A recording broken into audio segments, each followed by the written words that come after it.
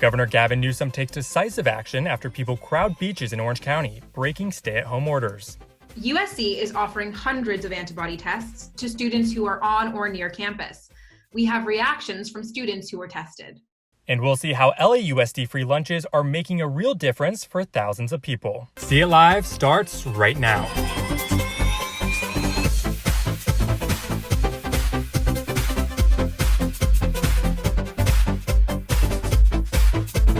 We're going to have a temporary pause on the beaches down there, state and local beaches. If we can get some framework and guidelines to get this right. Governor Gavin Newsom says we must be guided by health, and that's why he's ordered Orange County beaches closed this weekend. I'm Brogan Kroener reporting from Orange County, California. And I'm Chace Beech reporting from Santa Monica. Newsom says last week's crowded beaches pushed him to make the controversial decision. So we're going to do a hard close in that part of the state, just in the Orange County area. Specific issues on some of those beaches have raised alarm bells. People that are congregating there that weren't practicing physical distancing, that may go back to their community outside of Orange County and may not even know that they contracted the disease, and now they put other people at risk, put our hospital system at risk. 95 souls were lost in the last 24 hours. I hope that's a point of reminder and caution in terms of the behavior that we're seeing just a few of our beaches in the state. The governor's decision to close Orange County beaches comes after thousands of people went to the coast during last weekend's heat wave, in a sign that some lawmakers and governors are not aligned on the COVID-19 response. California State Senator John Morlatch is challenging Governor Newsom's order to close the beaches. Well, I disagree with him, and I think that it would be wiser for him to open all the beaches and not select certain beaches that he's 431 miles away from and has not seen any footage, any photos, any videos that show that there's a mass gathering problem. I think he's overreacting, and it's unbecoming, and it even borders on pettiness. I would like the beaches to be open, but I do recognize that if they're open, then a lot of people are going to go and not practice safe social distancing. So I think it is for the best to keep them closed. It seems irresponsible. There's a general kind of this air of we need to put the economy first, and we need to reopen, which obviously like we all feel like we all want to just get back to normal. It's a pandemic. Going to the beach is not a necessity to survive. It can't be up to individual people, like whether they feel like going to the beach or not. I think the government has the responsibility to make sure like that doesn't happen. LA County has seen a surge in COVID-19 cases. There are now more than 23,000 confirmed cases and 1,111 deaths. This new increase comes after Mayor Eric Garcetti announced that all LA County residents can get free coronavirus testing whether or not they are symptomatic. But we discovered it's not so simple to get an appointment. Hi, I'm Bailey Harrison, and I just attempted to reserve a time slot to be tested for COVID-19 through LA County's website. According to Los Angeles Mayor Eric Garcetti, any Los Angeles County resident, whether or not they have symptoms, will be able to sign up for a free COVID-19 test. However, when I logged on the website and hit no symptoms, I was still unable to reserve a time slot at a local testing center. But when I clicked yes to having symptoms, I was immediately given the option to schedule a test.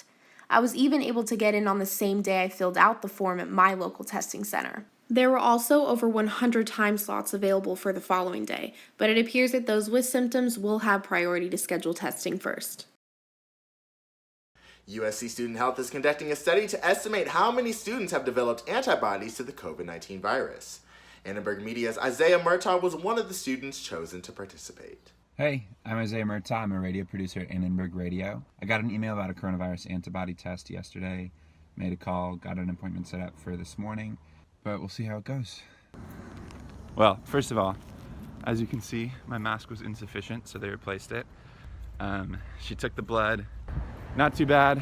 They told me they're testing about 1,700 people, and that they're hoping to expand the program to incoming students in the fall, which is actually really cool and really interesting. So we'll see what happens. See you guys. I came in They handed me a mask, took my temperature, and then I went to the lab and I had my blood drawn. There's a lot riding on this test, obviously, because it's one of the determining factors of whether or not we're going to have on-campus classes come fall 2020.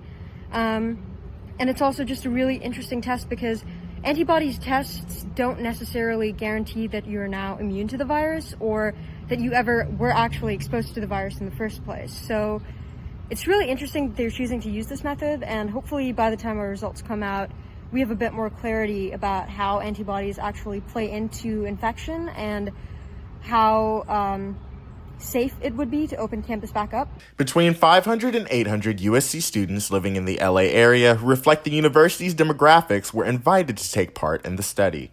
Each person must respond to questions about health, recent travel, and exposure to others. Taking part in the study is free, and students not initially selected cannot participate.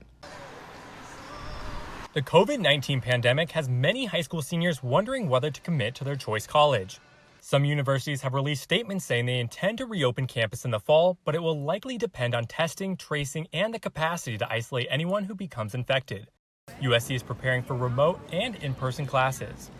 Even if, as we hope, we are able to be back in person, most, if not all, classes will be available in parallel online. Our teams are actively exploring options, including delaying the start of on-campus classes by several weeks, retrofitting our facilities for social distancing, and pursuing hybrid models that include online and in-person activities in all classes. Volt said they have plans to come to a definitive decision on the in-person option within the next 2 months. While most colleges have not announced a specific plan, prospective students must make a decision about next fall. According to consulting firm Art and Science Group, about 12% of students polled say they have made deposits on schools they no longer plan on attending. Other students are still debating the decision. I'm in between two colleges, and they're Cal State Fullerton and University of Redlands. Both those colleges have my majors that I want to pursue, and it's communication disorders. But I'm trying to weigh my options between those because I'm assuming that there's going to be online classes in the fall. And so I'm thinking that I'm probably just going to go to Cal State Fullerton because it's least expensive and it'll be better if the classes are online. Some high school seniors are standing by their decision to commit. My mom actually told me that even if it is online, I would attend, because if I didn't go, I wouldn't really have the motivation to go back if I took that semester off. So I'm on a good path right now, and I should probably keep steady. Kessa says her classmates are experiencing the same dilemma, and some are still planning to leave home even if classes are online. One of my friends, his parents is going to rent an apartment for him so that he can have that sort of going away experience, because you don't get that at home, and it won't feel like college if you don't get to go away. For others, choosing a college close to home has worked out during the time of COVID-19. If I were to go to Channel Islands,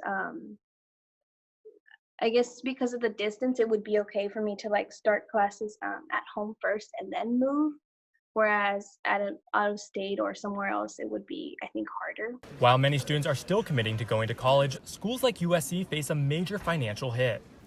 The pandemic is also imposing a large financial burden on USC. As we calculate it today, we're facing a roughly $300 to $500 million operating shortfall through June 2021. For many colleges, lower enrollment and loss of money would mean layoffs and furloughs. If there's one consensus among high school seniors, it's that they're ready to get offline and back in the classroom. USC has decided to adopt a test optional policy for 1 year due to the pandemic. Some high school students think it's a more fair way to judge their accomplishments. I think that in terms of test optional schools, I'm very inclined to applying to schools like that. I don't consider myself to be a strong test taker, but just for everyone, I think it's so much more equitable to apply to a school based off of your essay and your recommendations and stuff that really speaks to your personality. Currently, there are at least 50 colleges that are not requiring standardized testing for admission in fall 2021. These include all 9 University of California schools, all Oregon Public Universities, University of Washington, and East Coast colleges such as Boston University, Tufts, and Northeastern. Every weekday morning from 8 to 11, Daniel Webster Middle School in West Los Angeles, along with dozens of other LAUSD campuses, becomes a grab-and-go lunch pickup spot. It's an LAUSD program, but anyone, not just students, can come and pick up a bagged lunch. The lunch program is costing the district a whopping $78 million, but teachers and parents say it's worth it. You can't have like amazing social emotional learning lessons while your students are like hungry. LAUSD has provided over 13 million school lunches since March 17th. There are 60 different lunch pickup locations throughout the city, like this one behind me, where you can grab a lunch that looks like this. LAUSD is the second largest school district in the country, serving over 600,000 students, 80% of whom qualify for free or reduced lunch. We've been coming every day. It's been a huge blessing in our life because my husband's pay got cut and my hours have been cut. And so this is kind of how we've been able to survive. Really cut our costs because, especially with this pandemic, everyone's affected. And so the expenses can start running up, and when the incomes drop, it makes a significant difference. But for some, lunches don't always lead to learning. I just checked in with a student today, and he hadn't done any of his work since the pandemic started, but it's because he's been having to work because his family has fallen on extra hard times because of the pandemic. Still, every little bit helps. So to know that my students are being fed is it's one box that I can check that allows me to know hey, at least they're surviving. UCLA held a virtual town hall meeting today as part of COVID-19, the battle to save Black lives. Its purpose was to show the severe impact of the virus on marginalized groups. Some of the solutions that were addressed in the town hall include that community organizations need to prioritize resources for clinics or private practices serving minority populations, and healthcare systems need to address biases that could hinder patient interactions and work to reduce any health disparities. I'm Kevin McNamara, reporting outside an immigrant detention center in San Bernardino County. Those inside don't often have the luxury of staying 6 feet apart. I spoke to some immigration advocates about the risks of contracting COVID-19 in detention centers like these. It's a congregate setting. They don't have the means to socially distance. It exposes, people in there to just constant contact with hundreds of people on a daily basis. They share the same bedrooms, bathrooms, living areas. All of that is communal. That means other protections like soap and hand sanitizer become even more important. But advocates say those protections are not being deployed effectively. How effective is anything really when you're constantly touching everything? All of that's just kind of up in the air. There are these general promises of providing soap, of providing more paper towels and things like that. But how it's actually playing out is completely unclear. ICE officials say there are 72 confirmed cases of COVID-19 in detention centers across the country. Politicians are taking notice.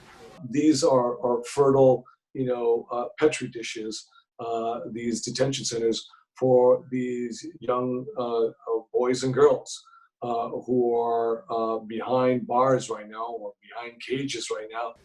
De Leon says there is one solution that would work better than any other. They should be released immediately, if not returned to their family members, to their mothers and their fathers. Return to immediate relative. If not, a foster care would be a hell of a lot better than sleeping on a stone slab or a very thin, mattress, cold at night, all by yourselves. So that puts them in a much more vulnerable position to contracting, COVID-19. Until they're actually reducing the detainee population in their facilities to allow for social distancing, it's not enough. ICE has released nearly 700 detainees since the coronavirus pandemic began, yet tens of thousands remain at risk in detention centers. For Annenberg Media, I'm Kevin McNamara. For this weekend's Thoughtful Thursday, we are focusing on a student who is using their time in quarantine to make a difference and help those in need. It really became real when we realized that a lot of kids are struggling with learning how to learn at home and on their own. It's hard not having the face-to-face communication with a teacher and being able to ask those questions and ask for help when they need it. So we want to just help those kids that are struggling and see what we can do. They just reach out through the website, and then that kind of sends an email to us, and then we just like go back and forth and, you know, ask what they need, and then kind of set up a time and then just tutor them. To the essential workers, like, just don't hesitate to reach out or ask for help. I know this is like a really tough time for everybody, so just even if like the smallest things on like your child's homework or something like that, we can definitely help them with that. So just don't hesitate to reach out, and the more the better. Another student who's a USC junior is using her passion for design. She's making sweaters and selling them online, then donating the profits to No Kid Hungry, a charity that helps kids in need. A lot of inner city schools, especially, just shutting down is like a major problem. And so many kids rely so heavily on the one meal that they were going to get at school. Well, I have so much time. Like, what can I do? Like, what are my skills? And I've always really been interested in design. I found a company that could deliver sweatshirts quickly. So everyone was made to order because I didn't really know how interested people would be. And it kind of blew up from there when I posted on social media. And I almost have 100 orders now, which is crazy. It's so much money that I'm going to be able to donate. It was important to me to donate specifically to a charity that focused on children only. And so I've been doing it. I've been donating to No Kid Hungry in $1,000 increments. So I have $1,000 donated now, and I have another 1,000 that I'm about to donate. So it's good. It's coming in, which is good. I'm happy to help. Well, I definitely want to get one of those sweaters. They look super cute, and it's going to such a good cause. Plus, I absolutely cannot tie-dye on my own. No, neither can I. And they definitely look very stylish. But I have to say, if anything good has come out of this entire coronavirus pandemic, it's that people are really banding together in such a positive, great way. Yeah, absolutely. Well, that is a wrap on our final show of the semester. It's been a strange ride, but thanks for sticking with us, and thank you so much for watching. Yeah, it's been a memorable couple months for all of us, and we appreciate you joining us. Stay strong and stay safe. Good night.